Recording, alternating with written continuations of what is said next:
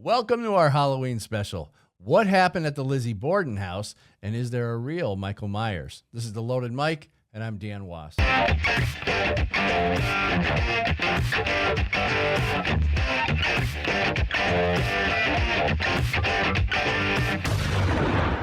If all you know about Lizzie Borden is the well-known nursery rhyme, be prepared for a Borden bombardment should you visit the historic Lizzie Borden house, the 1892 site of two gruesome murders, which is now a bed and breakfast in Fall River, Massachusetts. Now, the poem presupposes that Lizzie, an unmarried 32-year-old Sunday school teacher, was the culprit.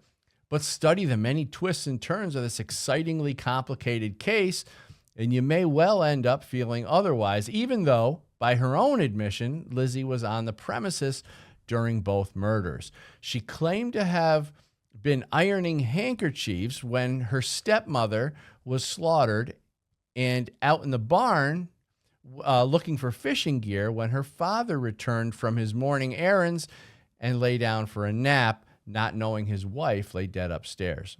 Now, we're going to talk about this and many other things with He's So Smart, He's Scary, John Chiara. Ooh. And he was the kid who stole your Halloween candy, Anthony Diso. All right, I'm going to catch you up on the story of Lizzie Borden for those who may not know the details, and then some interesting information about the murder house in recent years. But first, let me mention one of our sponsors, Cali Key. Now, this device, Cali Key, removes your AR from the definition of an assault weapon. Did you know that when so-called assault weapon ban lists are created, they exclude manually operated bolt-action firearms? Now, just by dropping the Cali Key into your direct impingement AR in place of your semi-automatic BCG, you'll have a bolt-action rifle that falls outside the definition of assault weapon. You don't have to do anything else. So give the Cali Key a look, because with it, you could retain all your rifle's features, avoid registration complications, revive your black rifle sales if you're an FFL, regain the ability to do private party transfers, legally transport across hostile jurisdictions, hunt with your AR in areas like Pennsylvania, enhanced long-range precision, and quieter suppressed shooting. Now, Cali Key has state-specific expert attorney opinions on its website and supports grassroots Second Amendment organizations with its sales. Cali Key's mission is to empower customers and claw back our civil liberties. So go to calikey.com and use the discount code LOADED. All right. Are you guys ready? It's going to be a spooky show today. Ready. So I got an article here on Lizzie Borden. I was researching this, and I thought it was pretty cool. Do you guys know the story of Lizzie Borden?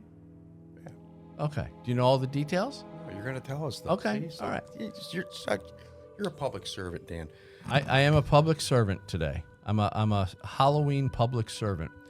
Okay, so here's a story in the Smithsonian that I thought was really interesting. Now, Lizzie Borden murder case is one of the most famous in American criminal history. New England's major crime of the Gilded Age. Its barbarity captivated the national press, and suspected killer was immortalized by an eerie rhyme passed down through generations. Do you remember the rhyme? Do you remember the Rhyme it, Dan. Do you remember it? You guys. Lizzie Borden took an axe and gave her mother 40 whacks. When she saw what she had done, she gave her father 41. What happened? Hey, did we lose something? I think we lost the light. Hey, Danny, can you come out here in the main studio? I don't know what's going on out here. Gremlins. Here he is. Oh, thanks. Hey, the electric All right, bill? good. We got it. All right. Sorry about that. Is that part of the plan? I don't know. I don't know what's going on. Smells like ham in here. While the public largely believes that Borden committed the murders, the rhyme is not quite correct. The female victim was Borden's stepmother, and the weapon wasn't an axe, but rather a hatchet, a smaller, lighter tool. Also, the killer struck the victims around half as many times as stated in the rhyme. It was only 19 blows and on Abby Borden, and 10 or 11 on the face of Lizzie Borden's 69-year-old father. So the story goes on that In the early hours of August 4th, after the discovery of the bodies, the public only knew that the assassin had struck the victims in broad daylight at their home on a busy street, 1 block from the town's business district. Do we have a picture of the house? I think we have some photos here, too. We might have a picture of the house. Oh, that's the bedroom where the mother was killed. See any blood? No, there's the house. That was Lizzie Borden's house. Now, police initially considered the killings a work of a man, probably a foreigner. Within a few hours of the murder, they arrested a suspect. He turned out to be innocent. He was Portuguese immigrant. Borden had absorbed elements of the city's rampant nativism. On the day of the murder, she claimed that she'd come into the house from the barn and discovered her father's body. She yelled for the Borden's 26-year-old Irish servant who was resting in her third-floor room. Now, she told Sullivan she needed a doctor and sent the servants across the street to the family physician's home. Well, he was not at home, and Borden then told Sullivan to get a friend down the street. Yet Borden never sent the servant to the Irish immigrant doctor who lived right next door. He had an impressive educational background and served as Fall River City's physician. Nor did Borden seek the help of the French-Canadian doctor who lived diagonally behind the Bordens. Only a Yankee doctor would do. So I don't know. What's going on Quite there? the neighborhood she lived in there. Three doctors within like half a block. Oh, yeah. Cool. And but it goes on, and there was an interrogation. Borden's answers to different police officers were were different, and her inability to summon a single tear. This was interesting, too. She didn't cry during any of this stuff, and her parents were just brutally murdered. An officer discovered that Borden had tried to purchase deadly prussic acid from a nearby drugstore just days before the murder. What's interesting about this, though, is this house is now like a bed and breakfast. So people vacation there. Cool. So maybe we can get. Yeah, there it is. There's a mattress. picture of the house. I hope they got a new mattress. Yeah. Is that vinyl siding I see? It looks like they painted it. Where's that bedroom picture again? Yeah, there it is. Now, the upstairs bedrooms of the now bed and breakfast are rented out to overnight guests, including Lizzie's room and the infamous guest room where Mrs. Borden was making up the bed when someone entered carrying a hatchet. And, well, you know what happened after that. Then there weren't 40 or 41 whacks, only 19 for the mother or stepmother, as Lizzie would have been quick to remind you, and a mere 10 for the father. But in both cases, portions of the victims' skulls were caved in, and the killer kept striking well past the point where the deed was done. Now, here's a picture of the father, and you may have seen this famous black and white photo before. He looks relaxed. He's chilled right now. Yeah, he's definitely chilled. And the stepmother, lying on the floor face down between a bed and the headboard on the dresser. That's after she got, She's looking for the kid under the bed. she's looking. Does look like she's looking for something. Cat under She lost her lost a diamond earring. Jeez.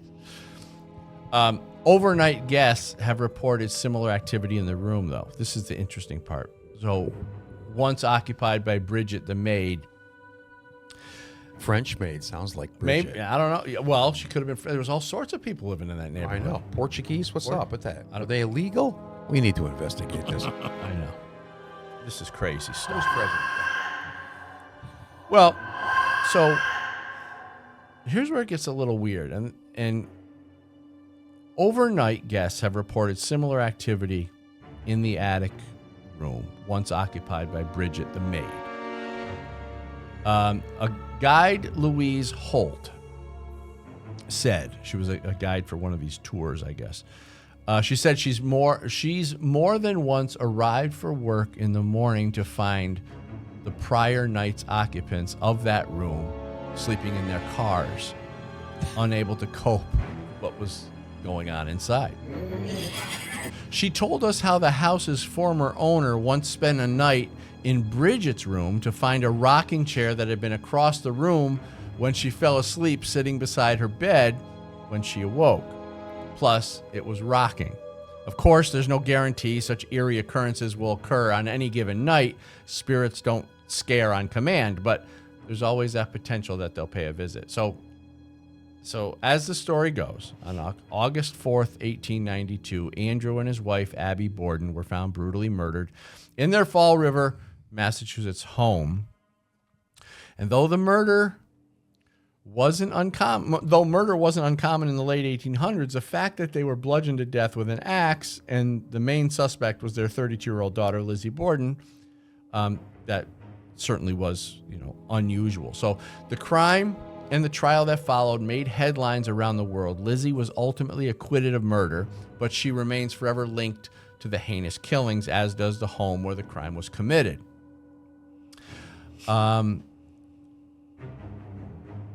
Now, this is where it gets really interesting. So listen to this more current story.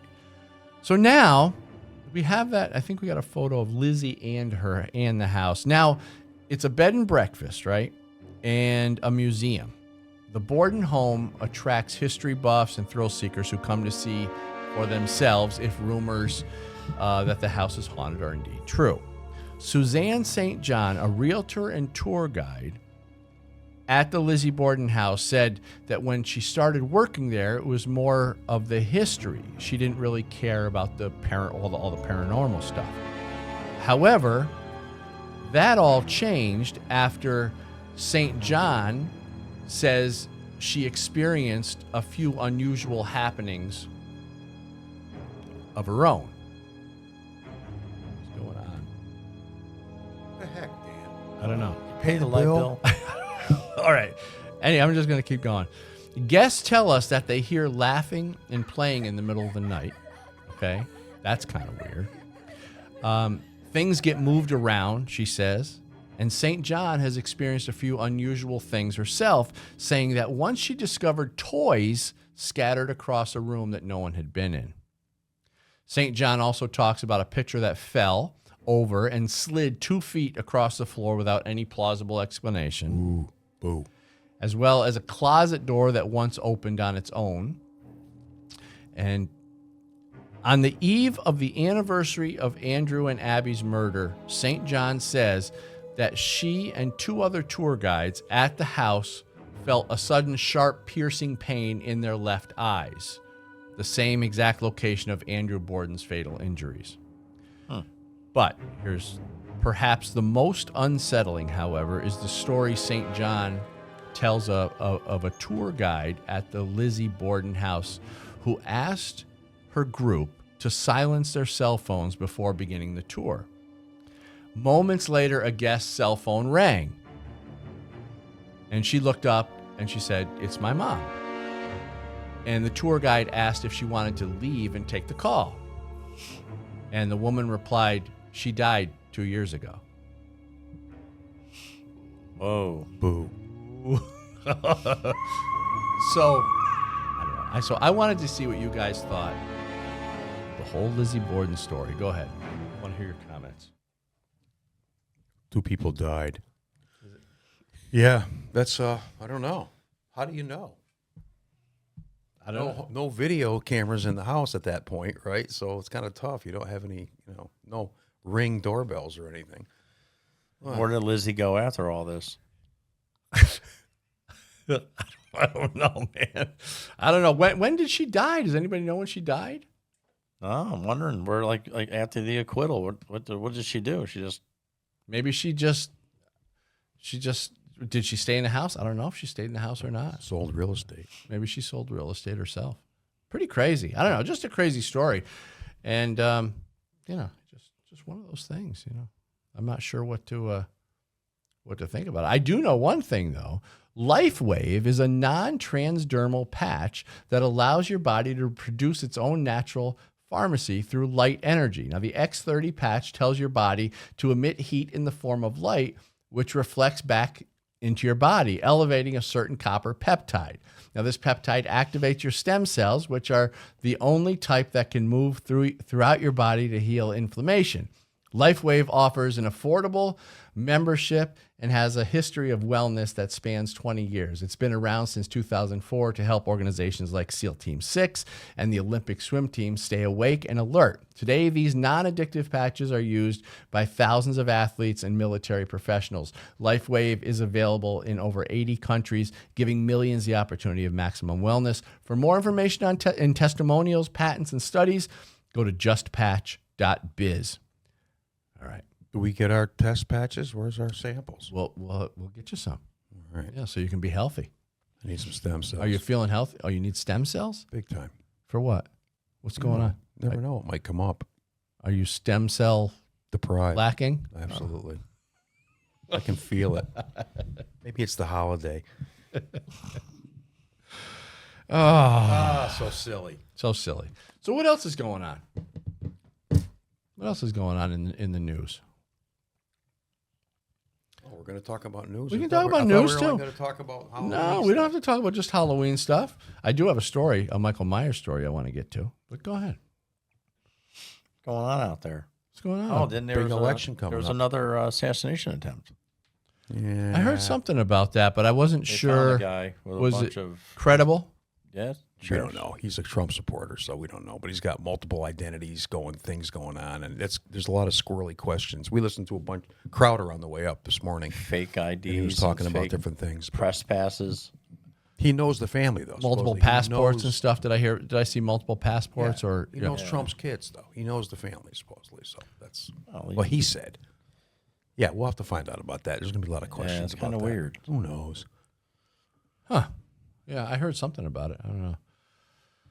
And Kamala, she's just a joy to listen to whenever she's on TV. Well, her voice is so soothing. Did you see the new Barbie doll? No. The Kamala doll? No. It has like 5 different accents. Push a button. It has ghetto, country, Ghetto, Mexican. Mexican, black, whatever. She's a jack of all trades. They could have a whole series of. They could have an AOC Barbie. They could Oh, have a Hillary geez. Barbie. The Imagine Hillary. Hillary Barbie. Big Well, it'd ankles be and Hillary stuff. Barbary. Yeah, she'd be like the number one Pantsuits. hitman. Hillary. That's pretty cute. She's got more. What's going on here? I'm seeing things out of the corner of my eye. I don't know what's going on. All right. So if you want, we can. I don't know how much time we have in this before break, but let me get to this one Michael Myers story. So you're going to like this one. According to Mystic Investigations, the iconic Halloween movies are based on a real person. Did you know this? I bet you guys didn't even I know don't this. know that. His name was Stanley Stiers, and he was the victim of abusive alcoholic parents when he went on a killing spree in 1923. The director, John Carpenter, based Myers' character on a different serial killer, Ed Kemper, who killed his first victims at age 15. But even that website, what's going on in here? Danny, we're having some electrical issues here. Storms. But even that website has no proof that Carpenter used Kemper as the basis for Myers. So who inspired Michael Myers' character? Screen Rant claims that Carpenter once visited a mental institution as part of his college class and indeed encountered a particularly intriguing resident. There was this kid, this is a quote, there was this kid, he must have been 12 or 13, Carpenter explained in a video about the Halloween films per MSN. And he literally had this look that Carpenter transferred to Myers. Remember the little kid's look? That kind of creepy, but what about Michael Myers' spooky mask? Well, according to Star Trek, the mask Halloween lovers know so well is actually a Captain Kirk mask. Actor William Shatner, who played Kirk, once got even by wearing the Michael Myers mask for Halloween. So I bet you didn't know that stuff. See, I'm giving you all sorts of new information. Do you watch I'm feeling Star fulfilled. Trek? Did I? Every one a dozen times. Oh, really? Yeah. What do you want to know? Do you remember the mask? No. Really? Okay. As the resident Halloween nerd, everybody knows that the Captain Kirk mask is It's just spray painted white and then dyed brown. Well, I didn't know that. You didn't know that? No. Cool. See, I don't know this stuff. So Danny Was Jr., he's like the movie buff, and he's our producer. That's my bust in the background Where is it? Oh, behind that's you right. in your head. That's right. What is going on in the studio today? Anyway, I don't know. It's just kind of weird. It's just a weird day. It's John's fault. I think, yeah. Take full I blame John. responsibility. I'm good. It's that shirt. Maybe we should take a break and see if we can figure out some. We're going to take a short break. We'll be right back. The Cali Key removes your AR from the definition of an assault weapon. It lets you keep your rifle with all its features, avoid registration hassles, and transport in hostile jurisdictions. The Cali Key also lets you hunt in jurisdictions like Pennsylvania and enhances long-range precision shooting. Cali Key's expert legal opinions empower informed decisions, and sales help grassroots Second Amendment organizations. Cali Key is your tool to keep and equip your AR, empower yourself, and defend your civil rights. Our founding fathers saw them coming over 200 years away. That's why they wrote the Second Amendment. Join us in the fight to preserve your gun rights and stop unconstitutional gun control. Gun Owners of America is the country's only no-compromise gun rights organization. Not only do we inform and educate, but we bring the fight to court and win. Your God-given right to keep and bear arms is our top priority. Become a member today and help us take back America. Join us at gunowners.org. All right, so keeping within the Halloween theme, Anthony wanted to tell us about a story. This is about the new movie, Terrifier 3. Yeah. What's the deal? I guess, the low T males in the world are running out of there vomiting and afraid and fainting. Like, what? It's not real. Is it that scary? It's bad. The movies are bad. I'm going to watch all three of them, but yeah. I got a piece on it. Super gore. It says that it's known for its gory It's ultra violence. Yeah, one scene they chop a girl in half with a chainsaw. It's pretty bad. Yeah, I haven't seen any other one other than that one, but yeah, that was like my favorite scene in the first one. Yeah. So that's in the first one. We don't know what's in the second one. Saws her like in half, and it's pretty bad. Right down the middle. Right down the center. Right down the middle. Split that BI in half. Yeah, that'll teach you how to talk. God. Yeah, but the third one's pretty bad too. All of them are really bad, but yeah, but Well, it says several audience members at the UK premiere. how can you not handle a movie though? It's like It says they walked out, and one of them vomited, according to the horror movies distributor. that's sad. Wow. I don't know. I mean, if you can't deal with blood, why would you go see that movie, right? You think you know what you're walking into, And they right? tell you it's bad. I mean, they warn you. Now it has a warning label on it.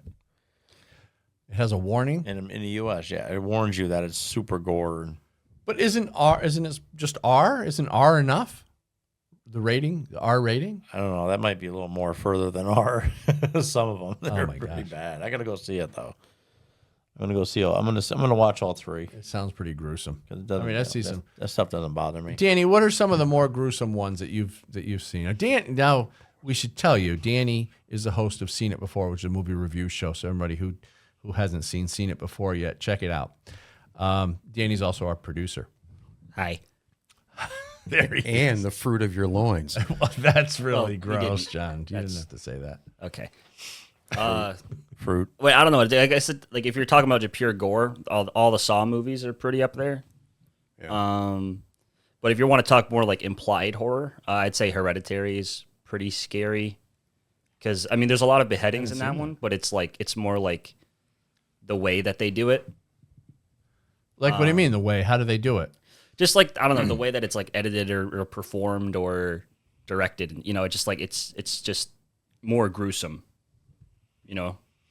I used to, what the ones that scared me the most were the simple ones, like Ring, the Ring. Yeah, and, which comes out of the TV. even Blair Witch. But Blair Witch was so low. Blair Witch didn't have anything. Nothing. Yeah, The it's all only implied. thing at the end, there was something. There was like just a small scene in the basement or something, right?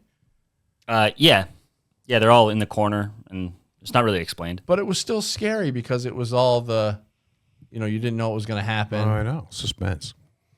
Oh, what's the one where they keep getting dragged? It's all black and white bedroom camera footage where they're getting dragged out of the beds and stuff. Paranormal Activity. Paranormal Activity. That was pretty weird, pretty freaky. But I don't know. I think the scarier ones are not necessarily the gory ones, but the ones that are more psychological. Right. No? You should watch Hereditary then, because there's like this this girl. She's like out. She's having an allergic reaction. She puts her head outside of the window in a car, and then oh, is that when she hits the telephone? Yeah, it hits pole? the telephone Oh pole. God, Nice. And then they show a picture of, or like a shot of her head in the road, covered in ants.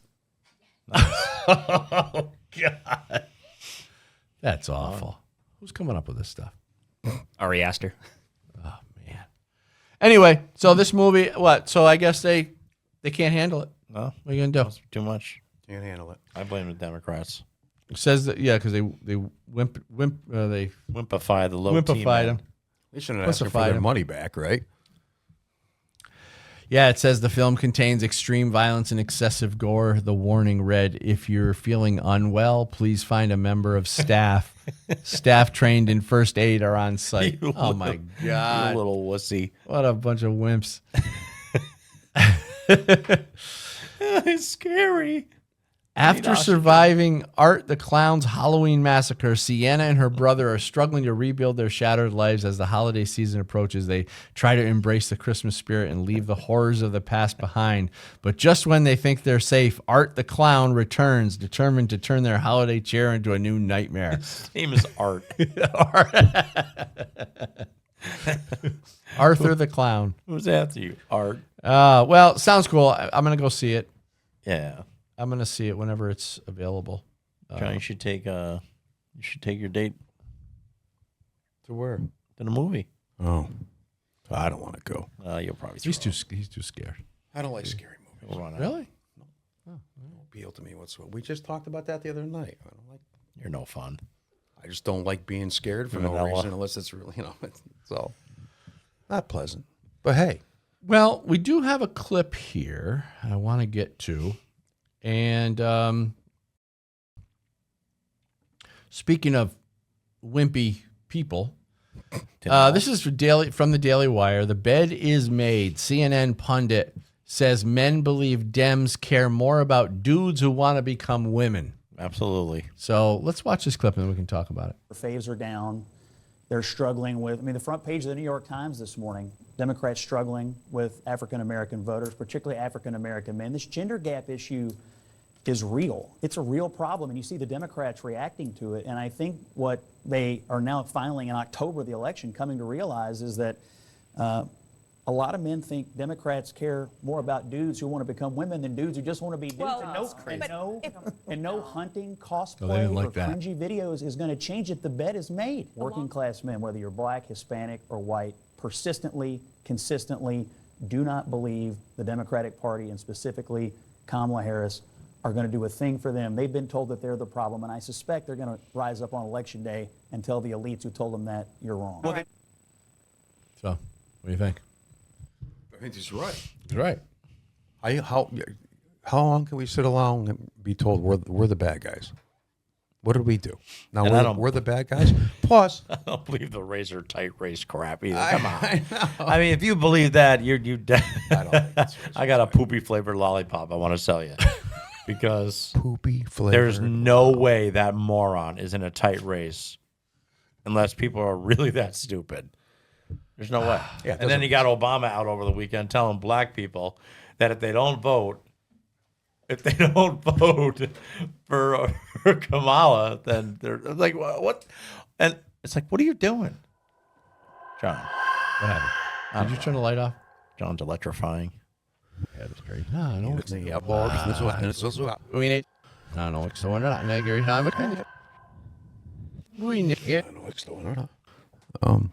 But yeah, I mean, the black folks responded. Like, they're like, "What is?" I mean, They ran out of people. when he said, "If you don't vote for Harris because she's black, that's just ridiculous."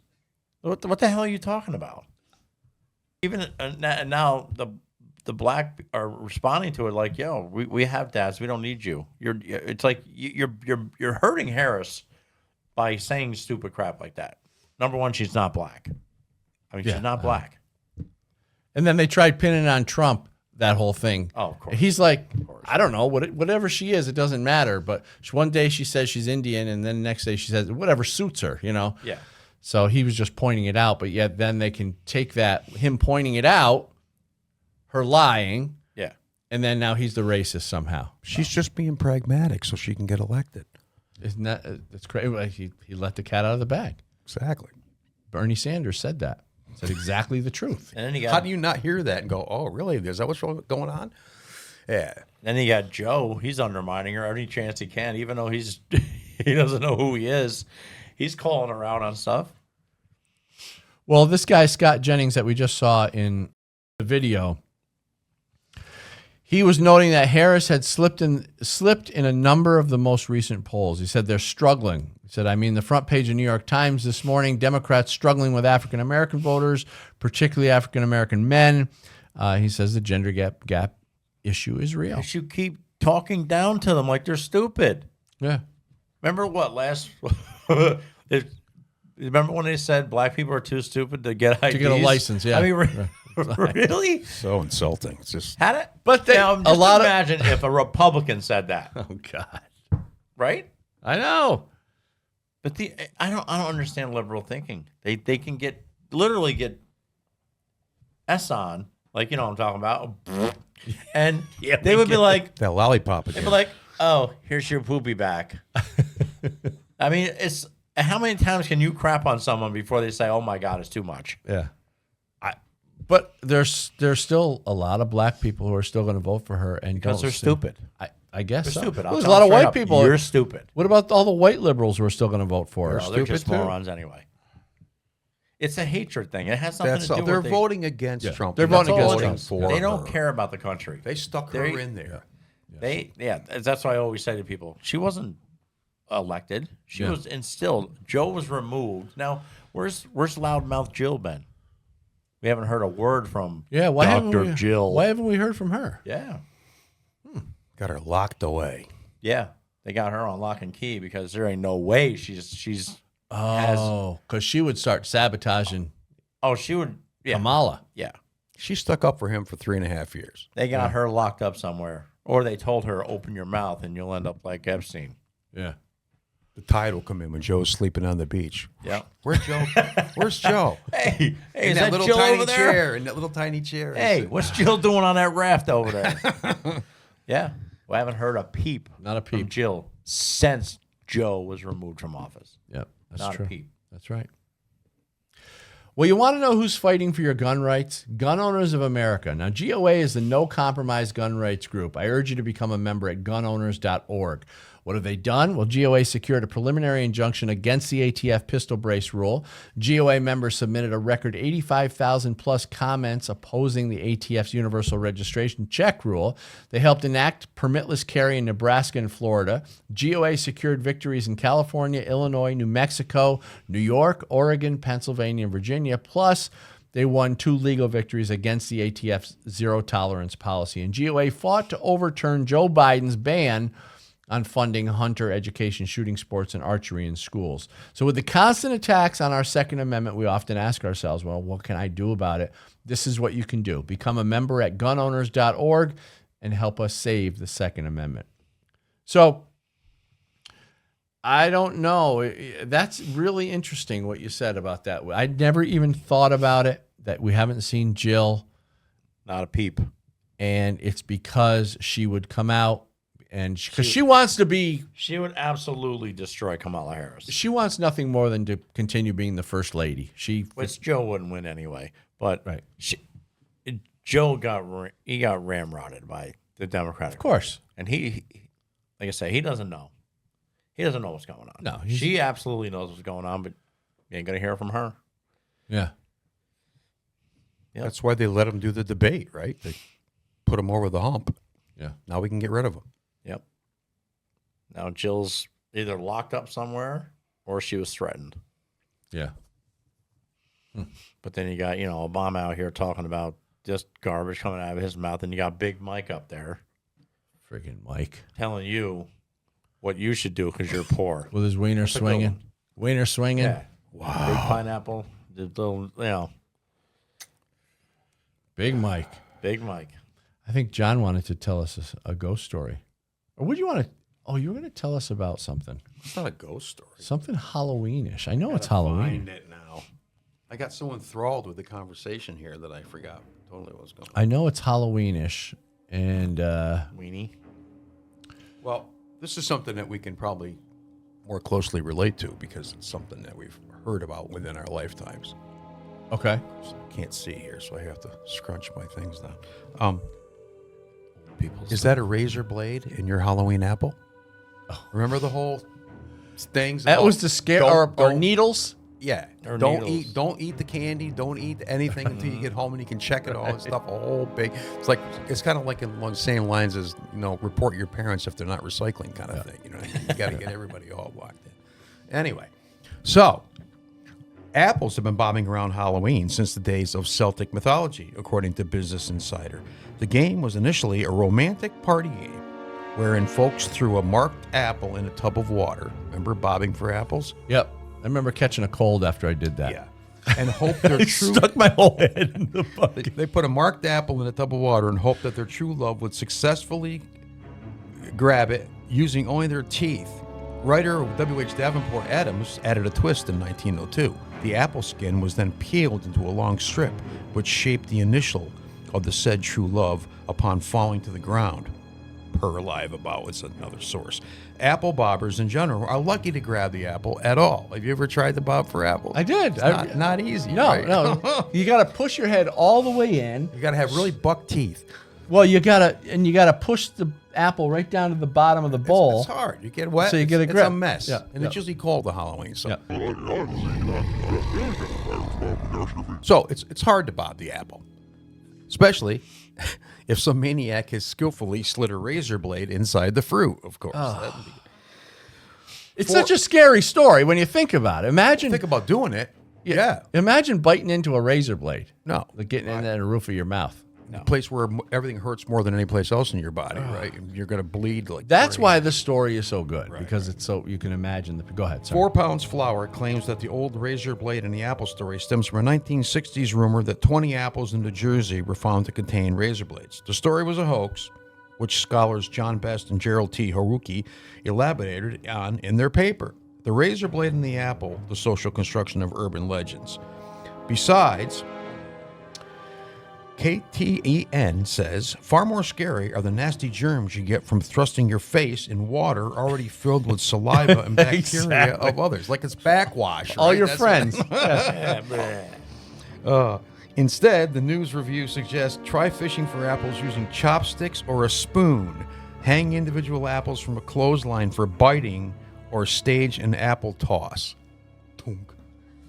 Open There your you mouth. go. All right. Well, hey, good story. I mean, Excitement for you always All heard. ages. You always heard these stories, needles in the candy bars and all sorts of stuff. But crazy. crazy stuff. Especially Anthony, when you steal candy from other kids. this guy right here. Yeah. Yep. Give me your bag. give me your bag. Holding them up. I don't know. I don't see as many kids trick or treating these days as back in like the 80s and 90s. Who knows? I don't pay attention. When we were Lights kids, are off. the neighborhoods were like Ferguson. I mean, it was just insanity. Oh, yeah. People lighting leaf piles on fire. Absolutely. Fun. It was actual insanity. Okay, so this story by Breitbart. I think we got time for one more. National Border Patrol Council strongly endorses Trump at Arizona rally. Now, the National Border Patrol Council issued a strong and emphatic endorsement of former President Donald Trump during an Arizona rally. I actually heard it. Speaking at the podium, Border Patrol Union President Paul Perez knocked Vice President Kamala Harris for her work as the border czar, while praising the former president for having always stood with the men and women who protect the border. He said, if we allow border czar Harris to win this election, every city, every community in this great country is going to go to hell. The untold millions of people, unvetted, who she has allowed into this country that are committing murders, rapes, robberies, burglaries, and every other crime will continue to put our country in peril, he said. Only one man can fix that. That is Donald J. Trump. He's always stood with the men and women who protect the border, who put their lives on the line for this country, a man who knows about putting his life on the line for what is right. I mean, if you get an endorsement like that from the Border Patrol people, I mean, that's what else could you ask for, right? I don't know. Somebody, obviously other people are listening to other things or not listening. When I try to have conversations with people on social media about the border, it's all just, they don't want to go there. You know, they don't want to talk about where the people are, how much it's costing, who's paying for it. Will you let them come and stay at your house? All that kind of stuff that would be normal questions to ask if there's all these people around. So now Kamala is saying, oh, there's a housing shortage because of this. Oh, you let 20 million extra people in, there's going to be a housing shortage. That's why there's a housing shortage, not because there's not enough houses for the people that actually live here. It's crazy. We should do something. Vote. Yeah. We should do something about that. Yeah. Vote early. Yeah, I'm not sure what the New York voting rules are for voting early. 26 it starts. Oh, yeah? Saratoga County. Okay. But, yeah. So it's just the people who you were talking about, the people who don't want to talk about it, they're putting their head in the sand. They have to realize that they're supporting this insanity and this is dangerous, really.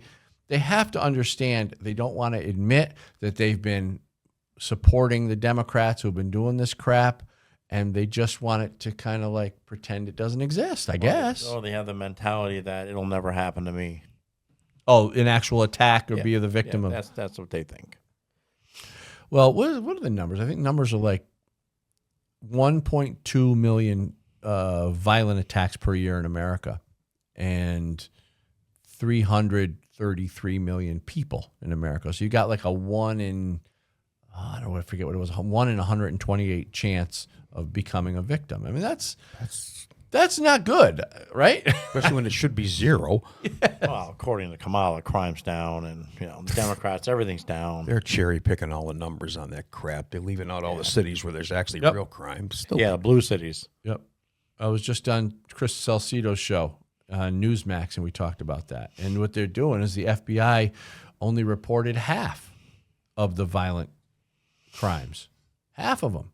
And so what the Democrats are doing is they're saying, oh, look, crime is down. No, crime's not down. Reporting is down. Right. Yeah.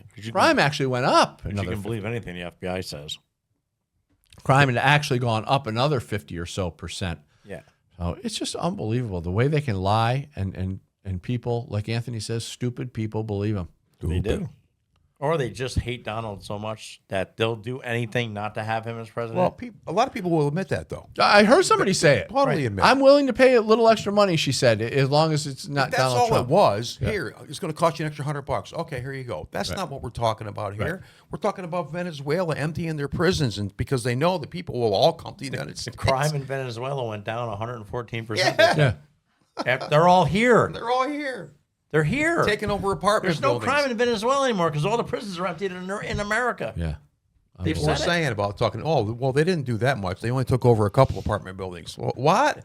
How does that work? One too many. Everybody, right.